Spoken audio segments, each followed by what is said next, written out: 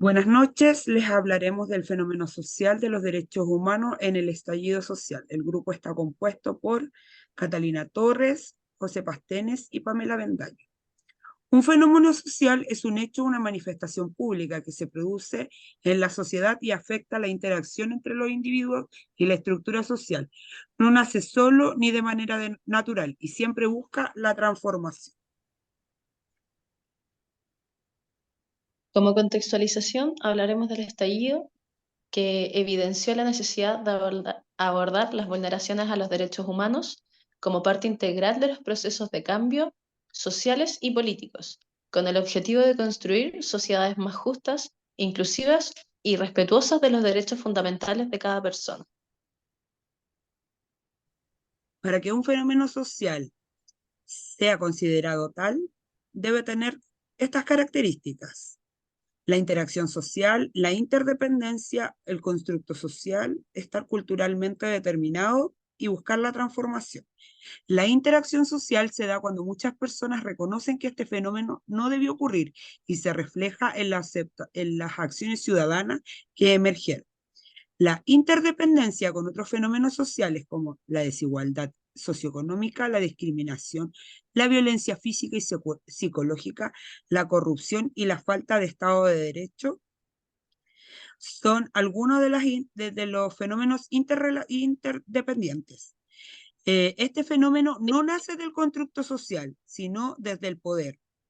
La transformación para las dinámicas de la sociedad se establece en la no repetición de la vulneración de los derechos a través de las políticas públicas, programas y leyes de reparación y de no repetición, de las nuevas tecnologías como medios de prueba.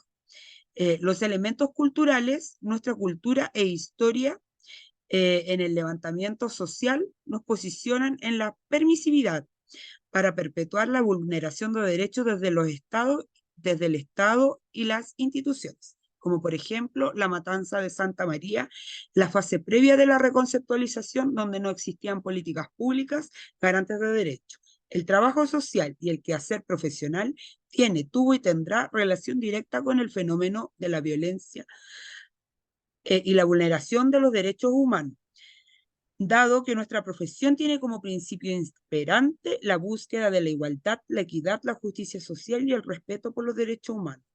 Nuestro trabajo es promover un apoyo y la defensa de aquellos que se vean afectados por este fenómeno. Y en nuestro quehacer profesional debemos informar, disminuir, mitigar y fortalecer, promoviendo el cambio social.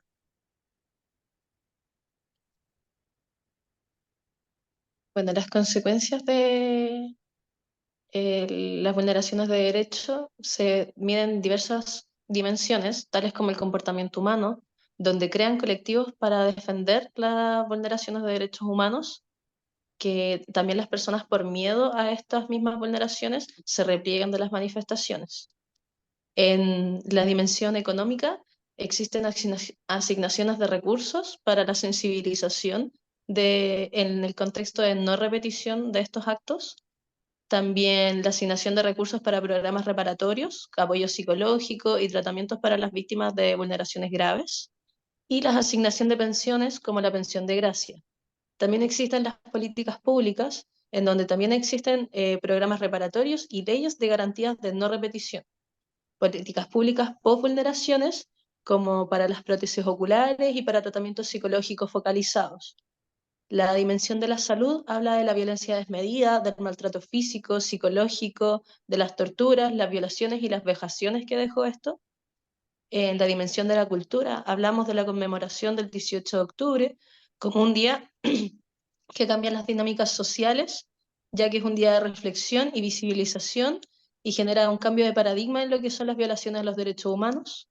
Y la última dimensión es la innovación y los procesos, donde aparecen las capacitaciones para los defensores de derechos humanos, para INDH, se generan nuevas investigaciones y estudios tras el estallido social, aparecen nuevas tecnologías para las pruebas de las vulneraciones de derechos humanos, tales como las grabaciones, los implantes y tratamientos para las personas con vulneraciones graves.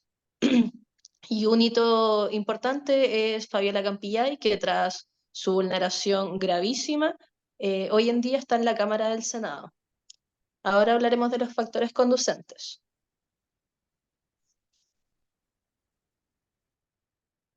Los factores conducentes, tenemos tres: el prejuicio, vulnerabilidad, sensación de riesgo o inseguridad.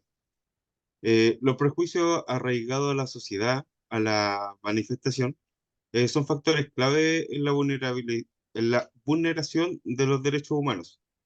Estos prejuicios pueden conducir a la exclusión, a la marginación y la violencia contra ciertos grupos de personas.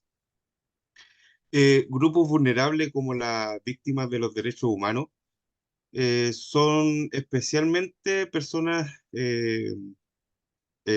perdón, propensos a la vulneración de sus derechos humanos debido a su falta de protección y recursos, la falta de política realmente adecuada para abordar sus necesidades contribuye en esta vulnerabilidad.